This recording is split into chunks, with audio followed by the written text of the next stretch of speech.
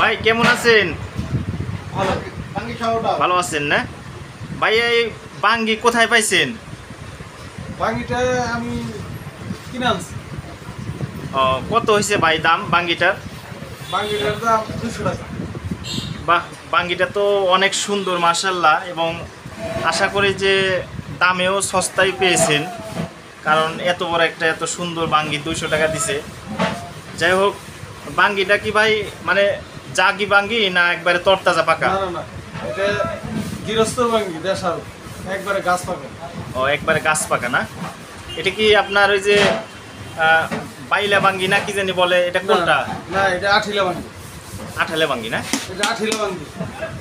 বাইলা বাঙ্গি এরকম থাপড় দেওয়ার মতো বাইলা বাঙ্গির মতো শক্তি থাকে না। ও আচ্ছা, ঠিক আছে। মানে আমি এবার এত চিনি না ভাই, যারা এগুলা খায় বেশি বা যারা কৃষক তারাই এটা বাইলা সঠিক। বাঙ্গিতে এই থাপড়টা দিলে বাঙ্গি হ্যাঁ। ভাগ হয়ে কেলাই দিব। ও আচ্ছা আচ্ছা। তো বিশেষ করে ভাই মানে প্রতিটা ফলেই তো এক ধরনের মানে প্রোটিন পুষ্টি থাকে, তো এই বাঙ্গিতে কি প্রোটিন রয়েছে, পুষ্টি রয়েছে, এটা একটু যদি বলতেন ভাই।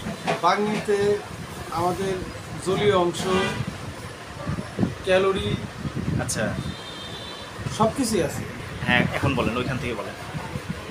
মানে হ্যাঁ, কি পুষ্টি রয়েছে এই বাঙ্গিতে একটু যদি এর বলতেন ভাই। মধ্যে বিভিন্ন ধরনের পুষ্টিগুণী আছে।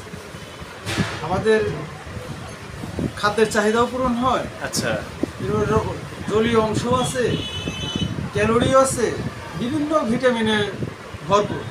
ও এরপর তো এখন তো মানে এই চৈত্র মাসের যে গরমে অনেকটা। এটা অনেক ভালো, এটা খাইলে পেট ঠান্ডা থাকে।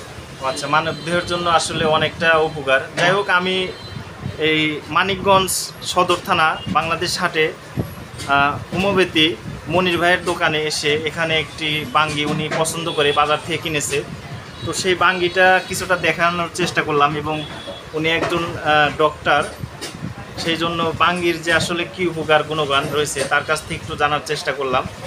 তো কিছুটা বাঙ্গি দেখালাম। সবাই ভালো থাকবেন, ধন্যবাদ।